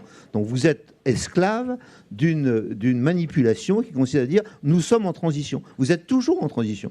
Moi, je suis sans arrêt en train de chercher quel est le produit que je produis, quel est le produit demain et après-demain, et je suis en transition. Donc pour où ? Est-ce que vous considérez qu'aujourd'hui, il y a un progrès vert à faire de l'éolienne par rapport au nucléaire ? Je vous dis, ce n'est pas vrai. C'est faux. Alors maintenant, vous pouvez raconter tout ce que vous voulez, mais c'est faux. Bon, voilà. Ce n'est pas une transition, c'est une régression. C'est une régression vers un certain nombre de matériels qui sont construits à l'extérieur avec des mines de terres rares qui sont à l'extérieur, qui sont extrêmement polluantes, extrêmement désagréables pour l'être humain, etc. Vous savez ça. Vous savez ça. Alors, vous ne pouvez pas... Alors, si jamais... Voilà. Mais, oui. Bon, il y aurait beaucoup à redire là-dessus, y compris sur les technologies vertes et tout. On ne va pas rentrer dans ce débat qui peut être infini, mais c'est vous qui êtes rentré dedans, c'est pas moi. Mais vous m'avez bien aidé aussi. Vous avez, j'ai mis la pièce, vous avez bien tiré la machine. Jean-Charles, est-ce que... Oui, merci de me passer un bref instant la parole. Je crois qu'il faut regarder. On a parlé beaucoup des raisons pour lesquelles nous sommes dans le trou dans lequel nous sommes, et ça, c'est regarder dans le passé pour essayer d'éviter d'identifier où sont les problèmes et pas les reproduire. Mais si on veut trouver une solution, on parlait de réindustrialisation, il faut regarder l'avenir. Hein. Et là, je crois qu'il faut se dire, il y a l'industrie, nous sommes des industriels, voilà, Loïc et moi, nous avons vécu tout ça. Ok, l'industrie, c'est une chose, mais il y a aussi le politique, nom de Dieu. Okay. Or, l'industrie, c'est une machine qui est construite pour essayer d'optimiser des résultats à l'intérieur d'un certain cadre. Et le cadre, il est donné au niveau fondamental par le politique. Okay. De Gaulle, il avait donné un cadre politique pour réindustrialiser la France dans certaines directions. Demain, nous avons tous en face de nous un gigantesque défi, qui est le défi écologique et climatique. Alors, je ne dis pas qu'il faut faire ça ou ça ou ça. Je dis simplement que si on ne règle pas ce défi, on va tous crever. Voilà. Donc ça, c'est le défi, c'est l'impératif qui devrait s'imposer à tous. Okay, et qui devrait nous amener, en tant que citoyens, et ça c'est par la lutte, qui devrait nous amener à forcer notre orientation politique à prendre des actions réelles dans ces directions-là, et à imposer un rapport de force qui fasse qu'effectivement un nouveau cadre soit donné, qui oriente parce que ça fonctionne comme ça, qui oriente l'industrie dans les bonnes directions. Et les exemples existent. On peut en prendre plein. Parce que l'avenir est plein de défis à relever. Et ça, c'est l'industrie qui devra relever ces défis. Donc il y a matière pour un besoin de créativité, d'inventivité, de savoir-faire, et ça va aussi bien au niveau des bureaux d'études que des ouvriers spécialisés, des usines, du savoir-faire pour fabriquer, installer, maintenir ce qui va être nécessaire pour l'avenir. Quand on parle de transition énergétique, par exemple, il y a une composante clé dans tout le système qui est le stockage de l'électricité, les batteries. Bon, ben le problème des batteries, aujourd'hui, il n'est pas complètement résolu. Là, il y a encore... Voilà, c'est un exemple parmi d'autres. Mais tu dis pas complètement, il n'est pas résolu. Il n'est pas résolu. Il n'est pas résolu du tout. Donc il y a un enjeu...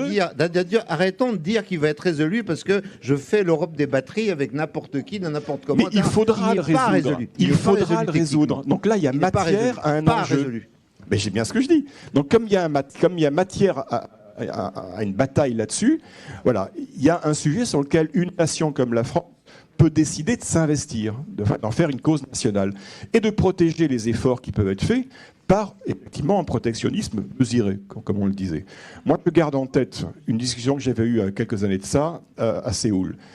Moi, j'étais le patron de la technologie, j'étais le CTO, Chief Technology Officer, comme on dit, du groupe Thomson. J'étais avec mon homologue du groupe Samsung, The Big One. C'était vraiment le Chief Technologist central du groupe Samsung. On était à son bureau, il me montrait le chantier industriel qu'on avait en face de nous. Il y avait des tours en cours de construction. Il y a là, on va mettre 2000 ingénieurs là. Là, c'est 1500 qu'on va mettre sur tel sujet. Là, demain, je construis encore une troisième tour là-dedans, etc. Et je lui dis, mais vous avez combien d'ingénieurs de recherche et développement qui ne soient pas coréens? Il me dit, je ne sais pas moi, 1, 2, 3%. Je dis, ah bon? Mais pourtant, vous avez un groupe de R&D en Californie. Et il se marre, il dit, ouais, mais ça, c'est pour l'affichage. Nous, Coréens, on ne va pas dépendre d'ingénieurs américains. Vous êtes fous, quoi. On est Coréens. Et voilà, ça, c'est l'ancrage. C'est ce qui a fait la force. Je rappelle une chose. La Corée du Sud, c'est un État souverain, c'est un État-nation, qui pèse la moitié la République française. La moitié. Donc, ce que les Coréens savent faire, avec beaucoup de bonheur, on serait plus capable de le faire. On a été capable de le faire et on serait plus capable de le faire. Tout ça parce que c'est uniquement l'échelle de l'Union européenne qui donne le bon cadre de résolution des problèmes. Mais c'est une escroquerie. Bien sûr qu'on sait le faire. C'est une question de volonté politique. Et là, il y a volonté, il y a chemin.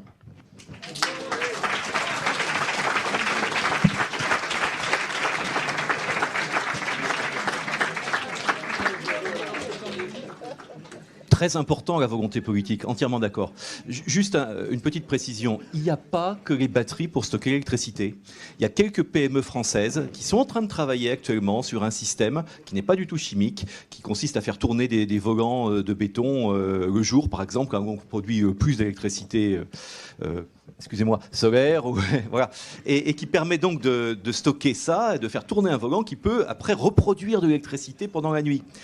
Les PME qui travaillent là-dessus pensent il y a vraiment des possibilités, alors pas au niveau individuel, mais au niveau des collectifs, d'approvisionnement collectif en électricité, il y a des possibilités extraordinaires. Et ça nous rendrait plutôt indépendants des Chinois qui produisent l'essentiel des terres rares. Oui, mais le problème, c'est que ces PME, elles manquent de sources de financement. Elles ne sont pas financées. Voilà. Et on n'y arrive pas. Donc les projets en restent là pour l'instant. Alors, ça donne une transition et peut-être une motion de synthèse. On va voir. C'est votre challenge, monsieur Quatrevoin. Qu'est-ce qu'il faut faire? D'abord l'éducation. Voilà. L'éducation et l'apprentissage. Voir les écoles de la deuxième chance. C'est ce que fait Édith Cresson et ça marche. Bon. Mais ça, c'est un travail de longue haleine. Car nous manquons effectivement de gens formés à l'industrie. Et l'industrie, ce n'est pas l'industrie d'hier, les industries de demain. Parce que quand on parle d'industrie, bien évidemment, on réindustrialise avec des industries robotisées, modernes. Pas les industries d'hier ou d'avant-hier, mais les industries de demain. Ce que font les Chinois. Parce que je vous signale que les Chinois, eux, ils sont en avance sur nous. C'est plus l'usine du monde, c'est le laboratoire du monde. N'oubliez jamais ça. Si je suis sceptique sur les smartphones, c'est que j'ai visité il y a déjà 2 ans une usine en Chine à côté de Pékin. C'est un groupe qui s'appelle BOE et c'est un groupe qui a 7 usines en Chine et qui fabrique la quasi-totalité des écrans toute taille, des smartphones aux grands écrans de télévision, les ordinateurs pour Huawei, Xiaomi, Samsung aussi, etc. C'est eux qui font des écrans qui se plient. Bon, ils ont la technologie. Et nous ne l'avons pas. Ils ont tellement investi, cette entreprise a investi 50 milliards de dollars dans ces unités de fabrication et sa recherche-développement. Nous, on n'est pas au niveau. Donc, l'éducation, former, et ensuite, orienter l'épargne. Et c'est là où, effectivement, comment faire en sorte que cette épargne ne soit pas bouffée par les taux négatifs chers à la BCE et à M. Draghi, qui spolient l'épargne. Soyons clairs. Les taux négatifs, c'est une spoliation de l'épargne. Et des fonds de retraite demain. Donc, il faut orienter cette épargne, notamment la partie de l'assurance vie, vers non pas vers les actions du CAC 40, etc., parce que ça, c'est le meilleur moyen pour perdre de l'argent, mais vers les investissements à long terme. Donc, je pense qu'on devrait, effectivement, au niveau français, on peut le faire aussi au niveau européen, à 2 niveaux, faire en sorte d'avoir des emprunts avec la BEI d'un côté, la BPI de l'autre ou autre, pour orienter cette épargne vers de l'investissement long terme, vers les PME, les ETI, et les grandes entreprises aussi, pourquoi pas, et sur des projets ciblés. Mais il faut mettre du pognon, il faut mettre beaucoup, beaucoup d'argent. Et ça, c'est possible. Il suffit de le vouloir. Et il suffit que Bercy, effectivement, l'accepte. Et que le président de la République prenne ça comme un objectif du grand débat, par exemple. Je crois que cette motion de synthèse est acceptée. Moi, j'aimerais qu'on continue comme ça à regarder vers l'avenir, parce que mine de rien, en fait, la prochaine présidentielle, elle arrive assez vite. Elle sera maintenant dans un peu plus d'1 an et demi à peine. Et ça me rappelle, cette discussion-là, en fait, elle me rappelle une anecdote. Jean-Charles, je ne sais pas si tu te souviens, quand on avait reçu la branche industrie du MEDEF pendant la campagne des présidentielles. Alors c'était incroyable. On avait reçu une dizaine de grands patrons, de grands capitaines d'industrie dans une toute petite salle dans le siège de campagne de Mélenchon, voilà. Et en fait, la discussion était très intéressante, et notamment quand on leur parlait de planification écologique, de temps long. En fait, ces gens-là comprenaient parce qu'on leur expliquait que certes, tout le monde allait devoir mettre la main à la poche pour affronter ce problème, qui est le problème climatique qui nous touche tous, et que c'est peut-être un peu plus de stabilité sur le long terme contre des sacrifices à court terme. Donc ces gens-là comprenaient. Et toi, Jean-Charles, tu parles souvent de il y a la finance et il y a l'industrie. Et tu fais une dichotomie entre les deux. Tu dis que l'un et l'autre s'affrontent aujourd'hui. Et c'est vrai que quand on observe le comportement politique de Macron, c'est plutôt une politique qui est hostile à l'industrie et qui est pro-finance. Alors moi, la question que j'aimerais vous poser, répondez, à tous les quatre, c'est 2022. Est-ce qu'on peut jouer l'industrie contre la finance ? Le problème, c'est que la finance, les Français se sont mis à la finance. Pourquoi ? Parce qu'on est bon en mathématiques. Avant, nos chercheurs en mathématiques polytechniques notamment, ils étaient ingénieurs, ils allaient dans l'industrie. Et puis, comme ils sont bons en mathématiques et que l'économie s'est modélisée, ils sont partis dans l'économie et la finance. Et ils sont reconnus comme tels, d'ailleurs, sur les places internationales. Les Français sont excellents en économétrie. Bon, simplement, l'économétrie, c'est pas la microéconomie, c'est pas l'industrie. Et donc, notre matière grise, elle est partie vers la finance. Donc, il faut les réorienter. Alors, la transition écologique, je ne vais pas faire non plus une motion de synthèse, mais je pense, premièrement, il faut éviter l'idéologie écologiste. C'est ça qu'il faut éviter. Non, en revanche, on va essayer de continuer, s'il vous plaît. Oui, non, mais en revanche, oui, non, parce que c'est une idéologie et qui risque de devenir comme d'autres totalitarismes, car nous avons quelques totalitarismes qui nous guettent.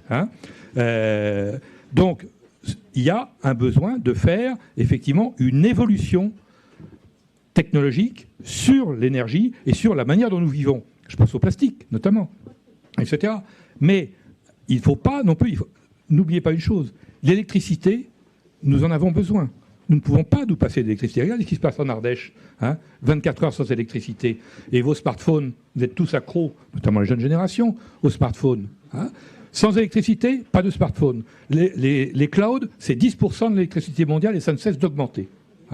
Donc, cette électricité, il faut la produire. Et là, je suis d'accord avec Loïc, les éoliennes, c'est une fausse solution. C'est une fausse solution. Les économies d'énergie, oui. Faire en sorte que l'énergie soit plus utilisée localement, mais on ne pourra pas, nous, Français, se passer du nucléaire.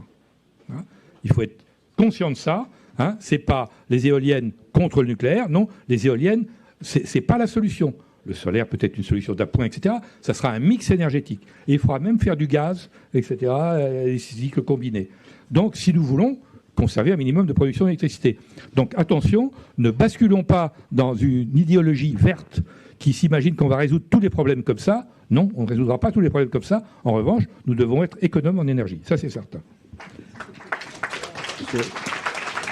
Je rajoute deux mots à ce que dit Jean-Michel et à ce que disait M. Izard. Il est clair qu'aujourd'hui, l'électricité ne se stocke pas.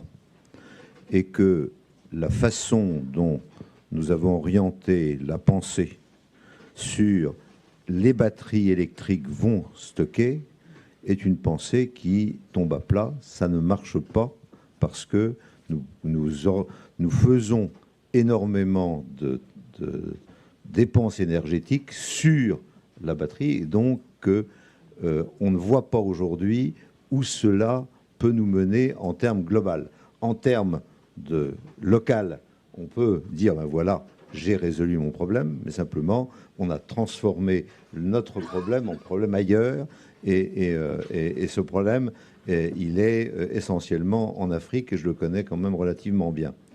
Donc, ce n'est pas ça la solution. Donc, le fait de dénoncer un problème, à savoir que nous sommes actuellement en train de connaître des dérèglements climatiques liés à l'évolution du monde et en particulier à notre consommation et à notre démographie. Ceci est incontestable. Que les solutions soient les solutions qu'on nous préconise, c'est faux. Alors, comme je suis un peu facétieux, je reverrai nos amis qui ont été des adeptes de Jean-Luc Mélenchon, un livre qu'il a écrit sur un temps, il y a encore une dizaine d'années, et où il disait, bon, il faut arrêter tout en France, et la solution, c'est la géothermie. Et vous avez 10 pages sur la géothermie qui est la solution en France. Je suis facétieux, je reconnais, mais voilà. Arrêtons de penser qu'en ayant énoncé un problème, en ayant écouté la télé, on connaît la solution et c'est celle-là qu'il faut défendre. Ce n'est pas vrai. Ce n'est pas vrai. Et effectivement, il y a l'histoire des volants. Là, c'est un industriel un jeune industriel breton qui est reparti à Nantes d'ailleurs. Donc je connais assez bien. Il peut y avoir des solutions. Il peut y avoir des solutions. Mais ce n'est pas celle que les journaux ou que les hommes politiques vous disent aujourd'hui, c'est faux. Voilà. Et l'éolienne d'aujourd'hui, c'est faux. Alors, il peut y avoir un jour des éoliennes qui fonctionnent différemment, et c'est possible. Mais l'éolien tel qu'il est envisagé aujourd'hui ne répond pas aux problèmes posés. Et lorsque la ministre de l'écologie dit il y a des éoliennes écologiques, elle a faux. Il faut marquer faux, c'est pas vrai. Il n'y a pas d'éoliennes écologiques, il y a des éoliennes. Voilà. Bon, on a encore 10 petites minutes de débat, donc je vais vous demander peut-être de conclure. Jean-Charles, tu voulais rebondir là-dessus ? Très rapidement. Ce qui était intéressant en 2017, c'est quand on a reçu, Pierre et moi, donc, les fédérations industrielles du MEDEF, on pensait qu'on était parti pour une confrontation un peu musclée. Au début, oui, parce que je leur ai rappelé qu'ils avaient perdu 1 million d'emplois, désinvesti 40 milliards d'euros dans l'appareil productif, etc. Et là, les gens en face nous ont dit vous avez complètement raison, M. Urquhart, ce sont nos chiffres, on ne va pas les contester. Ils nous ont dit le problème, c'est que vous adressez la critique aux mauvaises personnes. J'ai dit bon, j'ai pas le MEDEF en face de moi là. Ils m'ont dit si, mais uniquement les branches industrielles du MEDEF. Il y avait une femme extrêmement brillante qui représentait le secteur des mines et minéraux. Il y avait Christian Peugeot. Et ils m'ont dit, le problème, c'est que nous, au sein du MEDEF, on a perdu la guerre. On a perdu la guerre contre les banques et les assurances et la grande distribution. Donc c'est eux maintenant qui dirigent le pouvoir politique. Alors ça ne veut pas dire que c'était les gens, on aurait été d'accord sur tout. Mais on est tombé d'accord sur un nombre absolument incalculable, invraisemblable de propositions. Et de façon plus générale, sur ce thème-là, de tout ce qu'on vient de débattre aujourd'hui, il y a beaucoup plus de gens qu'on ne pense sur le terrain qui sont écœurés par ce qui se passe. Aussi bien des salariés, des ouvriers, des cadres, des patrons, des entrepreneurs qui sont effarés de voir ce qui se passe, qui sont prêts à faire des choses. Moi, je cite plusieurs associations dans lesquelles on est en train il y a une chose qui s'appelle le Manifeste pour l'industrie, qui a été fondé par Gabriel Colettis et Yael Bachet, qui sont des anciens du commissariat du plan, à une époque où en France, il y avait une vision de planification industrielle, et qui essaye de fédérer des gens dans les entreprises, dans les régions, pour essayer de faire revivre un petit peu cette volonté, justement. À un autre niveau tout à fait plus modeste, moi je suis un ancien élève de l'école polytechnique, je n'ai pas été non plus faire des mathématiques financières au service de la finance, mais là, avec des potes, dont un qui est Régis, qui est allé défiler en grand uniforme de l'école polytechnique aux côtés des Gilets jaunes l'hiver dernier, bon, on a créé une association de polytechniciens en support des Gilets jaunes pour leur dire non, c'est pas un mouvement de bouseux qui sont des gens qui comprennent pas ce qui se passe. Ils ont compris, au contraire. Ils ont compris qu'il y avait besoin aujourd'hui d'une alliance, une nouvelle alliance, entre les classes populaires et les classes éduquées, entre les gens de l'industrie à la base, et puis les universitaires, les chercheurs, les ingénieurs et les techniciens. Donc on crée cette association pour aller faire comprendre qu'effectivement, aujourd'hui, il faut aller rechercher des solutions. Et on va trouver des points d'appui de façon beaucoup plus large qu'on ne pense. Et là, je pense qu'il y a... Et c'est pas un discours politique du tout. Je ne suis pas du tout convaincu que les méthodes ou les têtes de gondole qui avaient leur temps politique en 2017 les auront demain. Ça, je suis convaincu du contraire, d'ailleurs. Donc, il faut inventer des choses et il faut s'appuyer sur cette nécessité objective de reconstruire notre pays. Et ça peut se traduire au niveau politique, au niveau d'un gouvernement, par exemple. On pourrait, par exemple, refaire un grand ministère de l'industrie et de l'énergie. Pourquoi pas ? Or, vous savez qui a détruit le ministère de l'Industrie ? Personne ? Dominique Strauss-Kahn, en 1997. C'est lui qui a fait absorber, comme ministre de l'économie, l'ancien ministère de l'Industrie qui a été intégré à Bercy. De la même façon, on a intégré le ministère de l'énergie au ministère du développement durable. Je ne suis pas sûr. Oui, pourquoi ? Ah non, mais non, ça, oui. Mais le modèle japonais, c'est le MITI l'emporte, le côté industrie l'emporte sur l'économie et la finance, alors que nous, c'est l'inverse. C'est la finance qui l'a emporté. Bon, pourquoi ? Parce que je crois que nos élites sont parties dans la finance. Elles ont délaissé l'industrie pour aller dans la finance. Et la disparition du ministère de l'Industrie, ça ne tombe pas du ciel. De la même façon, la disparition du ministère de l'Énergie ne tombe pas du ciel. C'est une logique qui s'installe. Mais je pense que c'est une logique qui est contraire aux intérêts du pays. Donc une des premières décisions serait de militer pour refaire un grand ministère de l'Industrie et de l'Énergie.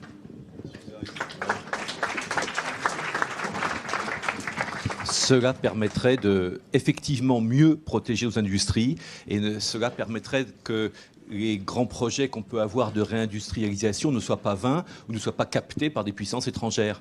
Je voudrais juste, pour conclure, prendre un exemple illustratif. On a une entreprise formidable en France, dont le nom est bien connu, c'est la TECOR.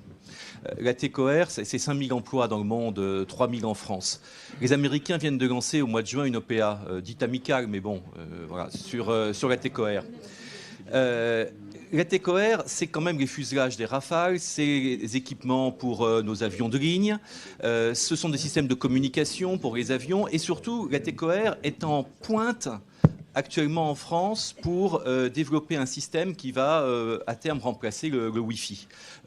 100 fois plus rapide que le Wi-Fi et surtout beaucoup plus sécurisé, ce qui est important pour l'industrie de défense aérienne. Voilà. Alors, la TECOR, eh bien, est en train de devenir américain. On a les outils juridiques en France pour bloquer les investissements étrangers. Et on a ces outils juridiques depuis les décrets Villepin, depuis l'intervention de M. Depuis la loi Pacte qui a étendu le champ d'application. Mais encore faut-il avoir la volonté de les mettre en œuvre, ces outils politiques et ces outils juridiques. Or, la réalité, c'est que Bercy vient de donner sa décision, ça a été considéré comme faiblement stratégique, donc non bloqué. Voilà. Airbus est un des très gros clients de la TECOR. Pourquoi Airbus ne se bouge pas un peu? Bon, merci beaucoup à tous les quatre.